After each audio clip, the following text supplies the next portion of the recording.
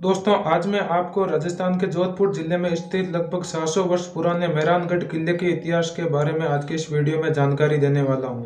और दोस्तों ऐसा बताया जाता है कि ये एक श्रापित किला है और जब इस किले का निर्माण कार्य शुरू हुआ तब ऐसा बताया जाता है कि इस किले के नींव में एक जीवित व्यक्ति को चुनवाया गया या फिर दफनाया गया। तो ऐसी कई सारी रोचक तथ्य तथा कहानियां इस किले से जुड़ी हुई हैं जिनके बारे में मैं आपको इस वीडियो के अंदर डिटेल में बताने वाला हूं। तो दोस्तों आपने अभी तक हमारे चैनल को सब्सक्राइब नहीं किया तो प्लीज़ चैनल को सब्सक्राइब कीजिए और ऐसी वीडियो अगर आपको अच्छी लगे तो वीडियो को लाइक ज़रूर करना। तो दोस्तों आइए शुरू करते हैं आज की इस कहानी को। दोस्तों मेहरानगढ़ किले का इतिहास काफ़ी दिलचस्प है जो हमें उस समय की याद दिलाता है जब 15वीं शताब्दी में राठौड़ वंश के शासक राव जोधा ने 1459 को जोधपुर की स्थापना की।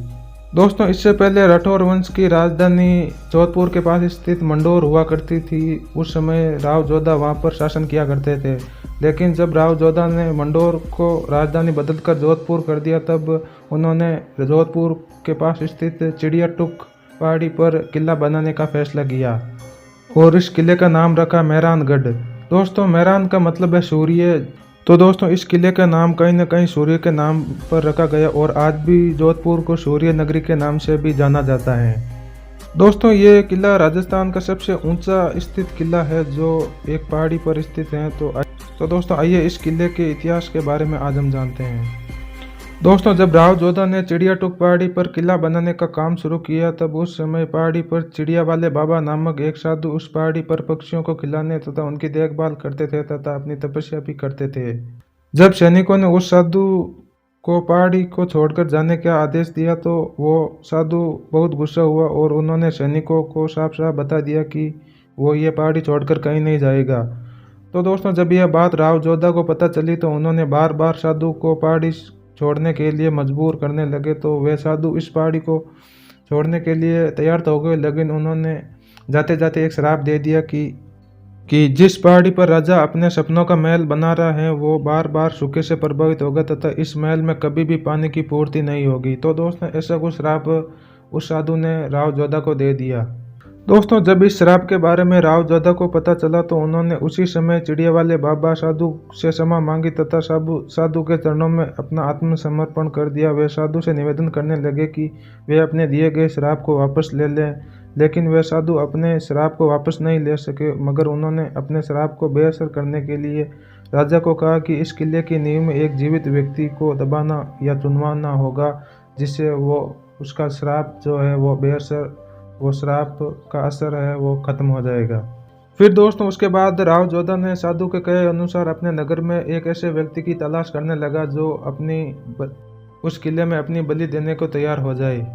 लेकिन ऐसे व्यक्ति को खोजने में राजा असफल रहे। लेकिन फिर उसके बाद जब राजा निराश हो गए तब राजा राम मेघवाल नामक एक व्यक्ति ने अपनी स्वेच्छा से बलिदान देने की बात राजा से कही। तो उसके बाद राजा ने वर्ष 1459 में चारण जाति की आराध्य देवी करणी माता के हाथों से इस किले की नींव रखी।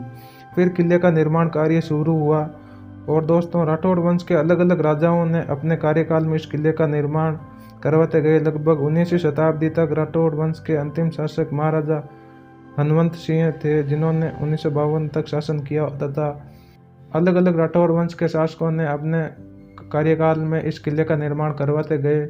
19वीं शताब्दी तक इस किले का निर्माण करा जो उसके बाद राठौड़ वंश का कार्यकाल खत्म हो गया, फिर देश आज़ाद हो गया, फिर उसके बाद ये किला जैसा है वैसा ही है। दोस्तों इस किले के निर्माण के लिए बलिदान देने वाले राजा राम मेघवाल को श्रद्धांजलि देने के लिए किले में उनकी कब्र की जगह पर बथुआ पट्टर का स्मारक बनाया गया है जिससे हमें इस घटना का साक्ष्य मिलता है। और दोस्तों दूसरा साक्ष्य हमें यह भी मिलता है कि इस किले की नींव जिस करणी माता के हाथों से रखी गई उन करणी माता का भी मंदिर इस किले के दक्षिण अंतिम छोर में करणी माता का मंदिर भी बनवाया गया है जहां आज भी पूजा होती है तथा वहां पर लोग आते जाते हैं।